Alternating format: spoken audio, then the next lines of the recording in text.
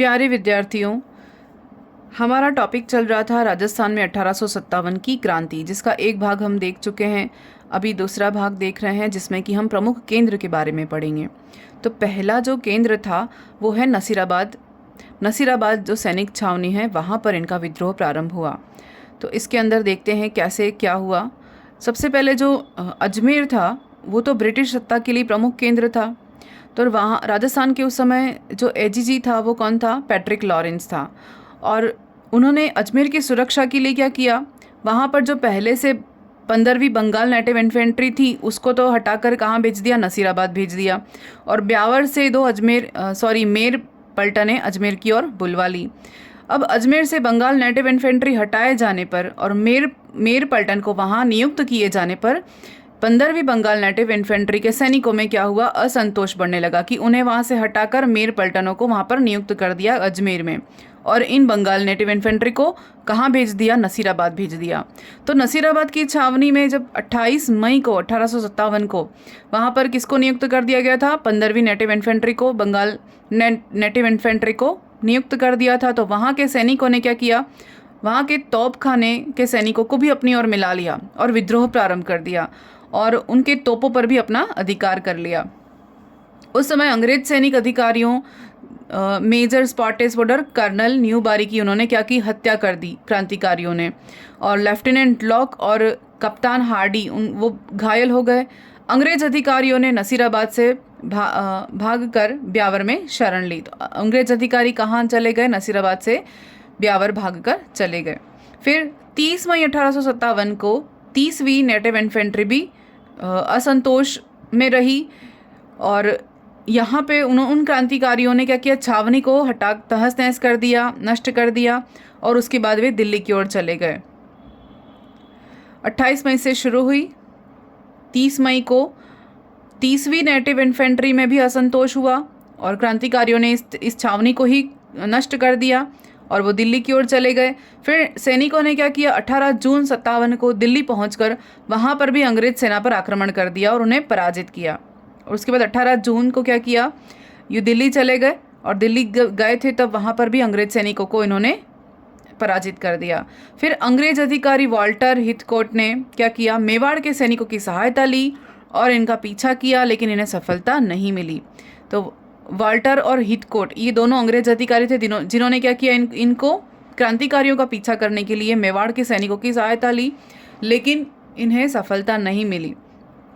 तो ये था नसीराबाद सैनिक छावनी के बारे में। जब हम शॉर्ट में पढ़ते हैं तो हम क्या पढ़ते हैं? सिर्फ कि सबसे पहले राजस्थान में 1857 की क्रांति प्रारंभ कहाँ हुई? तो 28 मई को नसीराबाद छावनी से अजमेर में प्रारंभ हुई। और किसने विद्रोह किया? तो 15वीं बंगाल नेटिव इन्फेंट्री ने विद्रोह किया। लेकिन यहाँ पर मैंने पूरी डिटेल रखने की कोशिश की जितनी मेरे पास अवेलेबल थी। दूसरा हम देखते हैं नीमच छावनी। नीमच छावनी कब शुरू हुई? डेट सभी को याद होगी क्योंकि सबने अच्छे से रखी होगी। 3 जून 1857 को नीमच के सैनिकों ने हीरा सिंह और मोहम्मद अली बेग के नेतृत्व में विद्रोह किया। तो नीमच छावनी में क्या हुआ था? प्रारंभ कब हुई? क्रांति का प्रारंभ 3 जून 1857 को हुआ। नीमच के सैनिकों ने क्या किया? हीरा सिंह और मोहम्मद अली बेग के नेतृत्व में विद्रोह कर दिया और 5 जून को उन्होंने देवली और आगरा की ओर चलते हुए दिल्ली की ओर रवाना हो गए। 5 जून को क्या किया? देवली और आगरा होते हुए वो दिल्ली की ओर रवाना हो गए।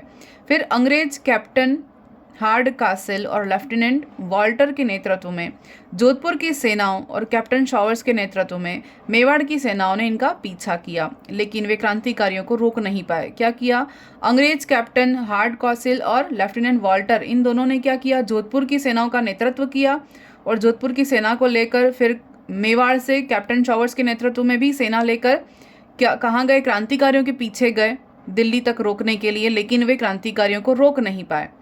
उसके बाद डुंगला नामक स्थान पर जहाँ से नीमच से बचकर वे भागे, लेकिन इस स्थान पर 40 अंग्रेज अफसर और उनके परिवारजनों को क्रांतिकारियों ने क्या किया? बंधक बना लिया। कहाँ पर? डुंगला नामक स्थान पर। और इस बात की सूचना मिलती है किसे? मेजर शॉवर्स को, जो कि उदयपुर का पॉलिटिकल एजेंट था। उसने क्या किया?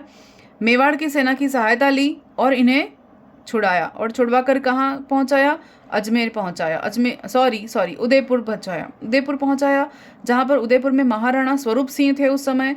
और स्वरूप सिंह ने क्या किया, पिछोला झील के जग मंदिर में इन्हें छुपा दिया, इनको शरण दी, इन अंग्रेजों को। फिर नीमच छावनी के कप्तान मैकडोनाल्ड ने किले की रक्षा का प्रयास किया, लेकिन वे असफल रहे। तो नीमच का कप्तान कौन था, छावनी का कप्तान मैकडोनाल्ड, उसने किले की रक्षा का प्रयास किया लेकिन वो भी असफल रहा। तो यहाँ पर जो फैक्ट्स हैं वही चीज़ें मैं बता रही हूँ। तो यहाँ पर किसी को कोई कुछ हर्ट होता है तो उसके लिए पहले से क्षमा प्रार्थी।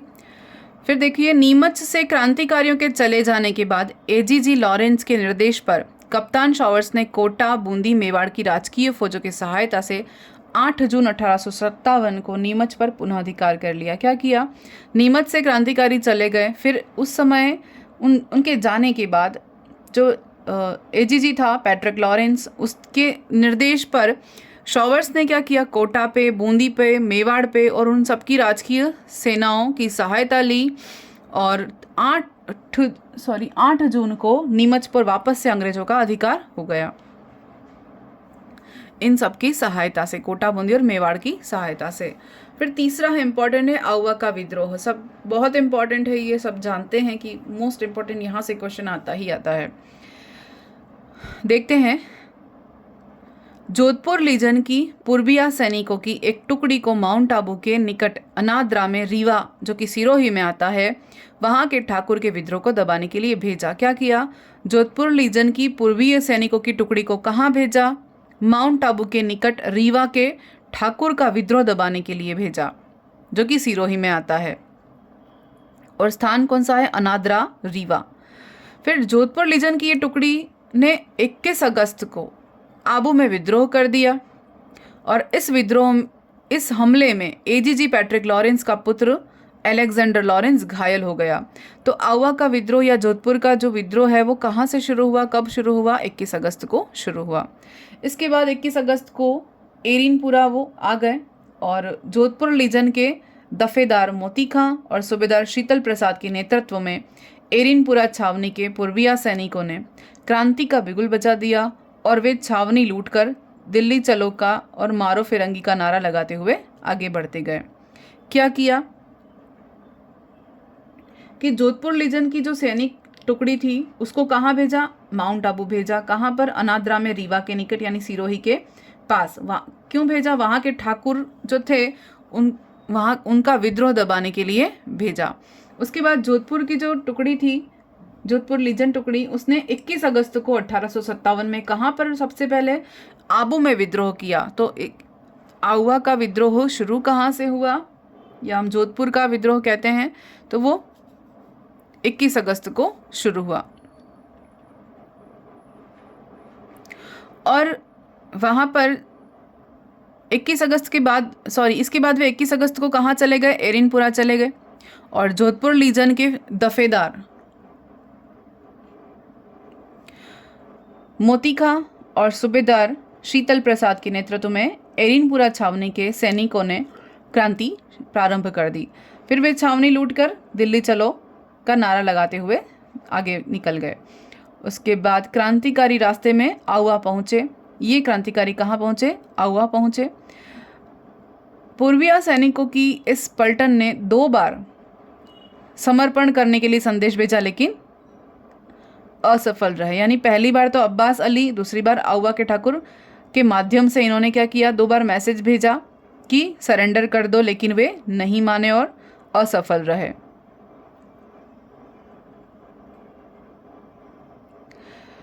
उसके बाद आउवा के ठाकुर कुशाल सिंह चंपावत क्रांतिकारियों के साथ हो गए।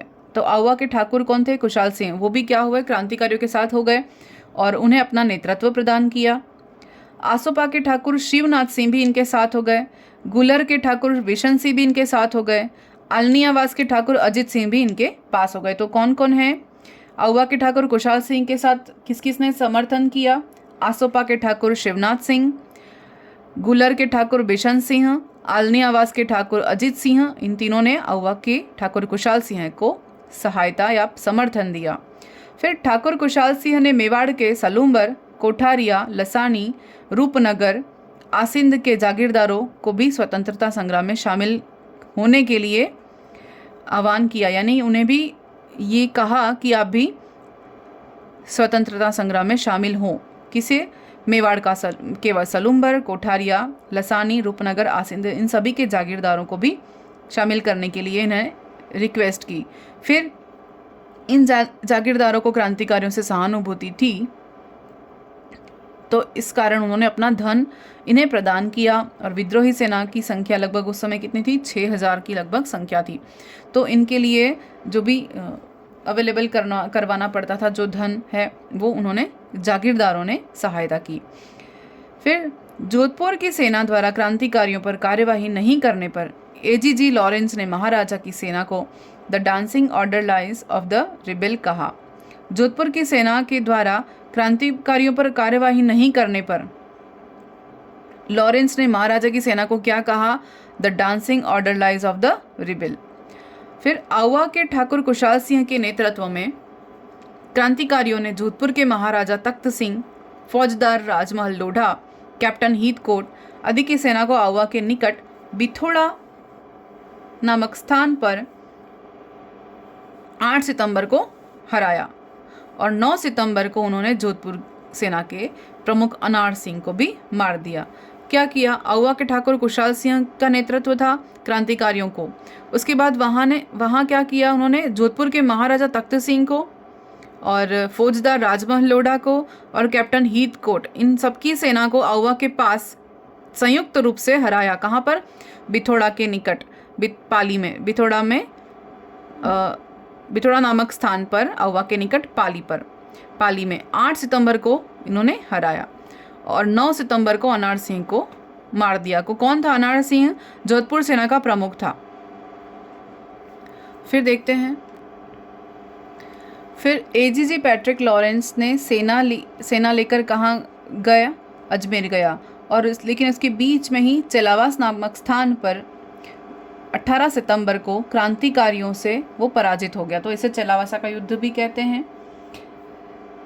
और जोधपुर का पॉलिटिकल एजेंट इस युद्ध में लॉरेंस के साथ था और जो कौन था? मॉकमैसन था। और मॉकमैसन को इन्होंने मार दिया क्रांतिकारियों ने और आउवा के किले पर लटका दिया।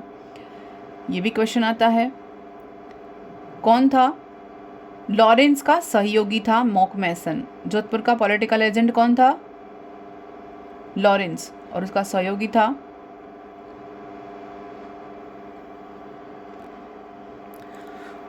तो जोधपुर का पॉलिटिकल एजेंट मॉकमैसन, जो कि इस युद्ध में लॉरेंस के साथ था, वो मारा गया। तो जोधपुर का पॉलिटिकल एजेंट मॉकमैसन इस युद्ध में लॉरेंस के साथ था। तो पॉलिटिकल एजेंट कौन था? मॉकमैसन, जिसे आउवा के किले पर लटका दिया। ये भी रिपीटेड है, बहुत इंपॉर्टेंट क्वेश्चन है, बार बार लगभग सभी को अच्छे से पता भी है और ध्यान में भी है। ये क्वेश्चन आता है और सबसे पॉपुलर है। फिर जोधपुर लीजन के कुछ क्रांतिकारी 10 अक्टूबर 1857 को आसोपा के ठाकुर शिवनाथ सिंह के नेतृत्व में दिल्ली की ओर चल पड़े। जोधपुर लीजन के क्रांतिकारी कब? 10 अक्टूबर को। कहाँ पर? आसोपा के ठाकुर शिवनाथ सिंह के साथ, यानी उनका नेतृत्व लेते हुए कहाँ गए? दिल्ली की ओर निकल पड़े और इन्होंने रेवाड़ी पर अपना अधिकार कर लिया और वहाँ अधिकार करते हुए वो नारनौल चले गए। नारनौल चले जाने के बाद ब्रिगेडियर गेरार्ड ने अपनी नेतृत्व वाली सेना से 16 नवंबर को वो परास्त हो गए। फिर रेवाड़ी नामक स्थान से जाने के बाद नारनौल गए। नारनौल के बाद वो कहाँ पर गए? आगे चलते हुए ब्रिगेडियर, बीच में कौन मिल गया? ब्रिगेडियर गेरार्ड मिल गए और उन्होंने क्या किया? उनकी अंग्रेज सेना ने 16 नवंबर को परास्त कर दिया क्रांतिकारियों को। किसके नेतृत्व में? ठाकुर शिवनाथ सिंह के नेतृत्व में। उसके बाद गवर्नर जनरल लॉर्ड कैनिंग ने कर्नल होम्स की अगुवाई में एक विशाल सेना आउवा भेजी। 20 जनवरी 1858 को युद्ध हुआ और विजय की आशा न पाकर ठाकुर कुशाल सिंह वहाँ से चले गए और 23 जनवरी 1858 को उन्होंने अपने किले का भार अपने छोटे भाई पृथ्वी सिंह को सौंपकर वो चले गए वहाँ से। और कहाँ का था उनका छोटा भाई? लांबिया कला का था। जनवरी 24, 58 को दुर्ग पर ब्रिटिश सेना का अधिकार हो गया और के मंदिर में प्रतिष्ठापित जो माता हैं सुगाली माता, जिन्हें 1857 की क्रांति की माता भी कहा जाता है, उस मूर्ति को कर्नल होम्स ले गया उठाकर और कहाँ रख दिया? म्यूजियम में, अजमेर के म्यूजियम में रख दिया। सुगाली माता की जो मूर्ति है वो उसमें 10 सिर और 54 हाथ हैं। इन्हें क्रांतिकारियों की देवी कहा जाता है।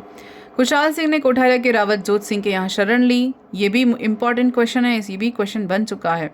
और 8 अगस्त 1860 में अंग्रेजों के सामने उन्होंने सरेंडर कर दिया और मेजर टेलर की अध्यक्षता में कमीशन बिठाई गई, जांच कमीशन बिठाई गई, जिसमें इनको रिहा कर दिया गया। 10 नवंबर को रिहा कर दिया गया, तो ये फ्री हो गए, रिहा हो गए। उसके बाद 25 जुलाई को इनकी मृत्यु हो गई 1864 को। तो आउवा के ठाकुर खुशहाल सिंह के ऊपर बहुत सारे क्वेश्चन बनते हैं। इसके शॉर्ट नोट्स भी हम देखेंगे, पहले हम डिटेल देख लेते हैं। ये हो गए अपने आउवा के। उसके बाद देखते हैं कोटा का विद्रोह। कोटा का विद्रोह ये भी बहुत इम्पॉर्टेंट है। इस विद्रोह में इसके लिए कहा जाता है कि अभी तक सबसे सुनियोजित तरीके से और सबसे व्यवस्थित या सुनियंत्रित तरीके से जो विद्रोह हुआ वो कोटा में हुआ। राजस्थान का सबसे व्यवस्थित तरीके से जो विद्रोह हुआ वो कोटा में हुआ। तो कोटा के जो जयदयाल और मेहराब खां थे, ये इनका नाम बहुत महत्वपूर्ण तरीके से लिया जाता है। सबसे पहले देखते हैं 1857 के राजस्थान के स्वतंत्रता संग्राम में कोटा का योगदान सबसे महत्वपूर्ण था। यहाँ का जो विद्रोह था वो आम जन का विद्रोह था और उनकी राजकीय सेना भी इसमें शामिल थी। इन्हें आम जन का विद्रोह कहा जाता है।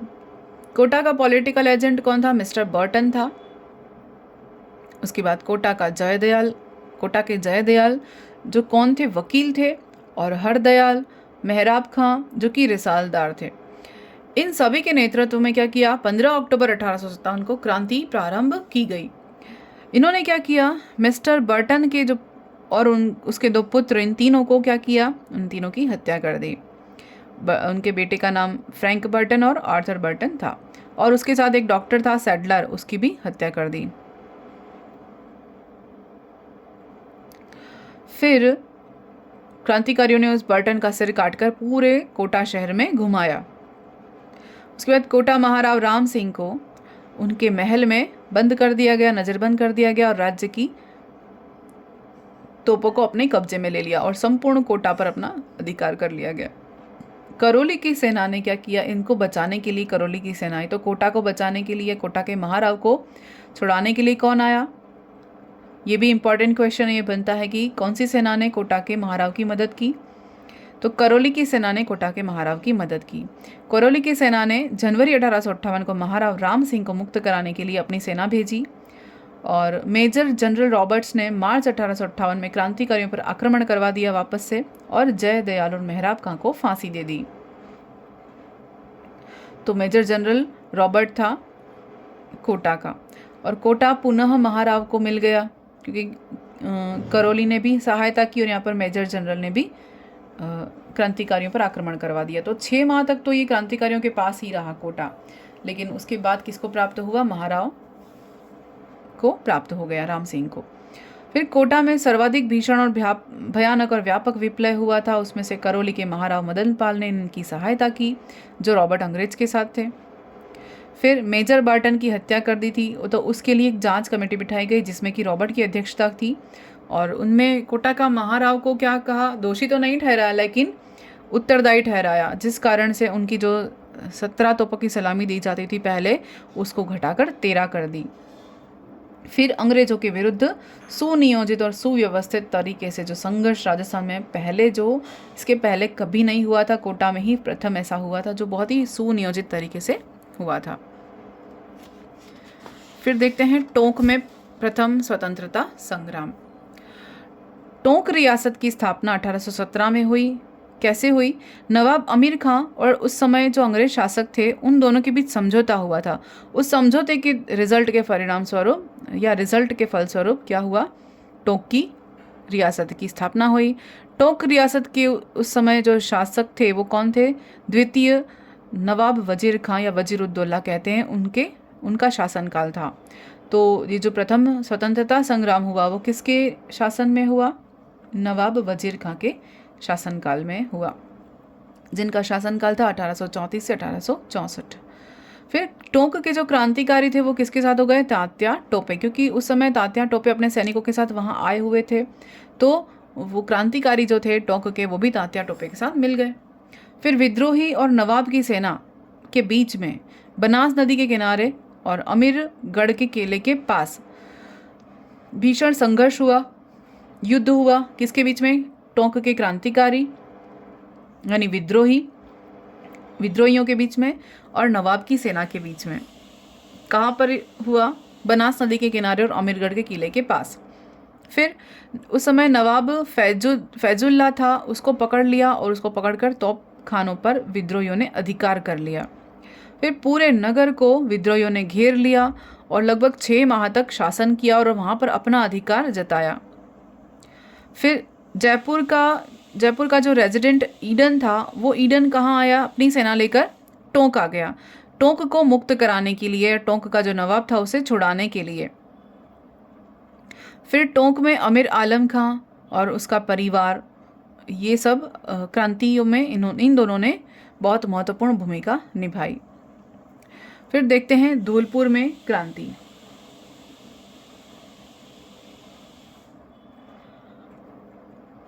धौलपुर में राव रामचंद्र और हीरालाल के नेतृत्व में, इन दोनों का नाम आता है अगर धौलपुर क्रांति के बारे में पूछा जाए तो, राव रामचंद्र और हीरालाल। कोटा में जयदयाल मेहराब खां, इन दोनों का नाम इम्पोर्टेंट है। और टोंक में तात्या टोपे। फिर धौलपुर में राव रामचंद्र और हीरालाल के नेतृत्व में ग्वालियर और इंदौर के क्रांतिकारी सैनिक की सहायता की और विद्रोह किया और अपना राज्य पर अपना अधिकार कर लिया। यानी धौलपुर में ग्वालियर और इंदौर के क्रांतिकारी सैनिकों ने क्या किया? किसके नेतृत्व में? राव रामचंद्र और हीरालाल दोनों के नेतृत्व में स्थानीय सैनिकों की सहायता ली और विद्रोह प्रारंभ कर दिया और राज्य पर अपना अधिकार कर लिया। और 1857 दिसंबर तक क्या हुआ? धौलपुर शासक कैसा हो गया? बहुत शक्तिहीन हो गया और अधिकारहीन शासक हो गया, क्योंकि क्रांतिकारियों ने अपना अधिकार कर लिया था। किसके नेतृत्व में? राव रामचंद्र और हीरालाल के नेतृत्व में। फिर 2 माह के बाद पटियाला की सेना आई वहाँ पर और विद्रोह को समाप्त कराया और इन्हें मुक्त कराया। धौलपुर के शासक को वहाँ से फ्री कराया और मुक्त कराया। फिर देखते हैं जयपुर में क्रांति। जयपुर में क्या है? जयपुर के महाराजा को राव शिव सिंह और एक पदाधिकारी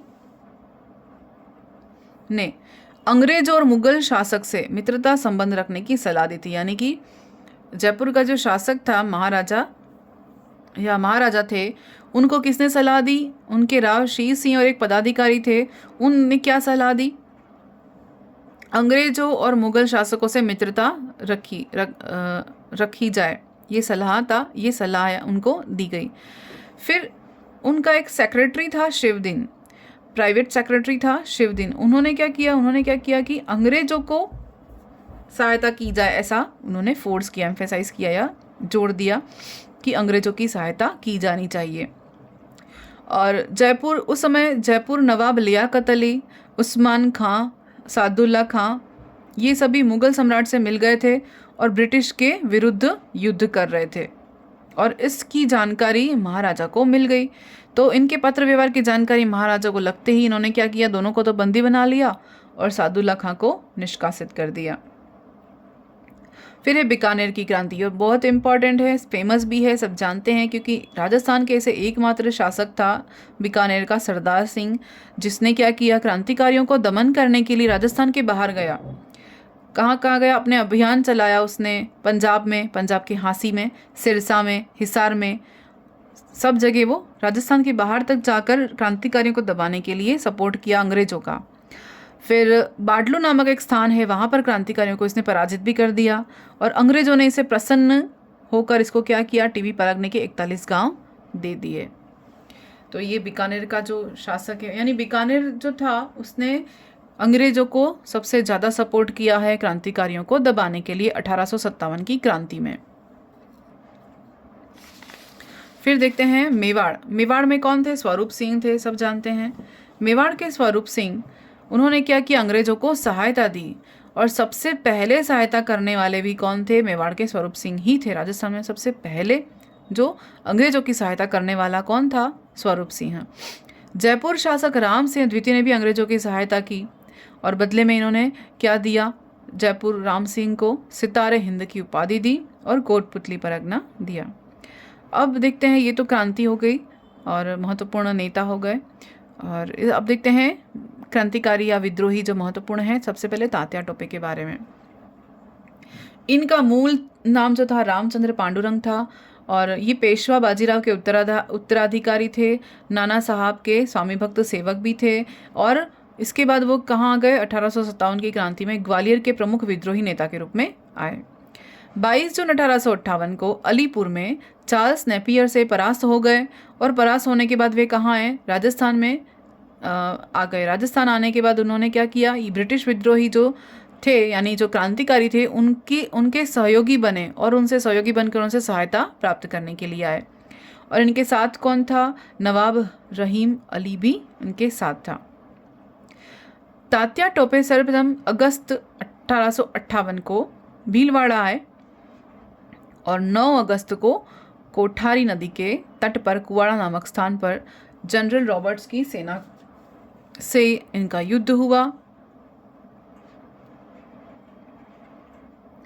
और इनका युद्ध होने के बाद कोठारिया के निकट रूपनगढ़ में जनरल रॉबर्टसन ने 13 अगस्त को फिर से इनको हरा दिया। तो इस कुवाड़ा नामक स्थान पर जो युद्ध हुआ था उसमें तो वो हार गए, लेकिन कोठारिया के बाद फिर कोठारिया के पास रूपनगढ़ में रॉबर्टसन के साथ फिर युद्ध हुआ। कब हुआ? 13 अगस्त को युद्ध हुआ और तात्या टोपे फिर से हार गए।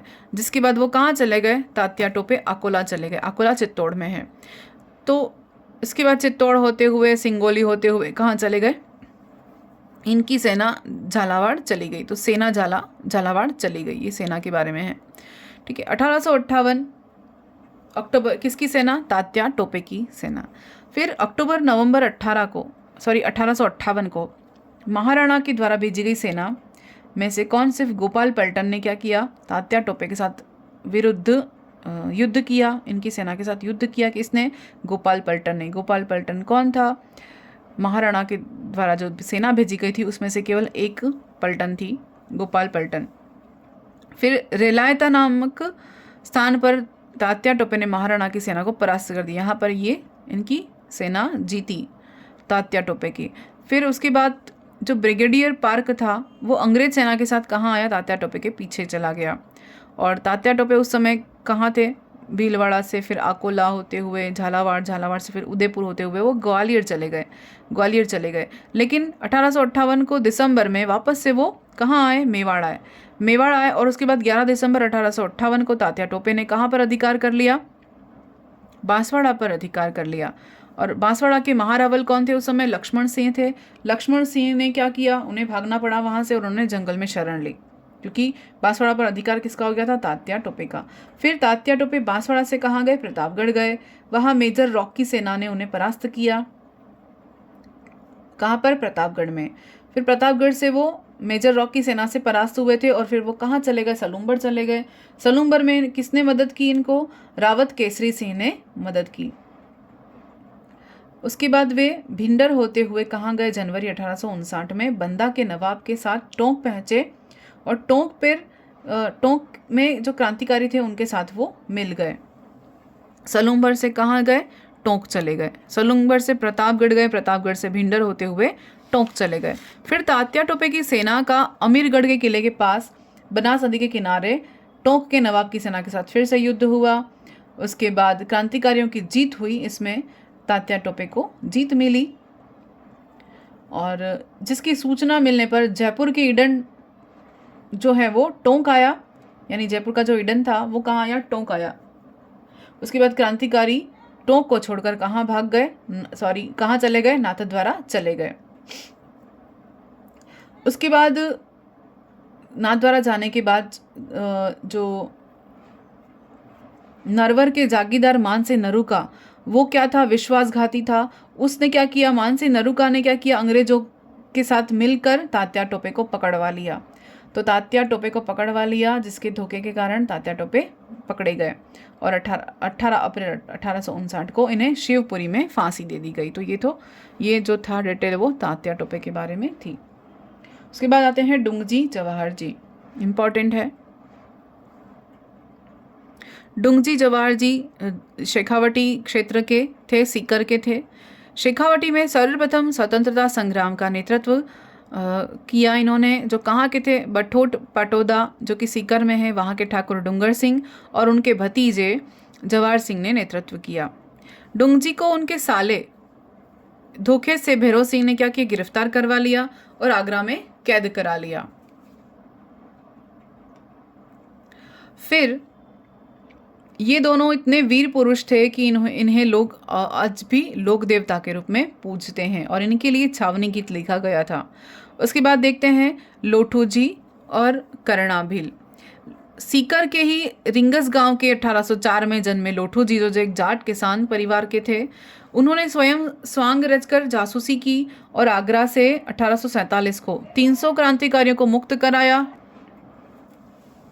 हाँ, फिर इन्होंने 300 क्रांतिकारियों को मुक्त कराया। उनके साथ डुंगजी भी थे।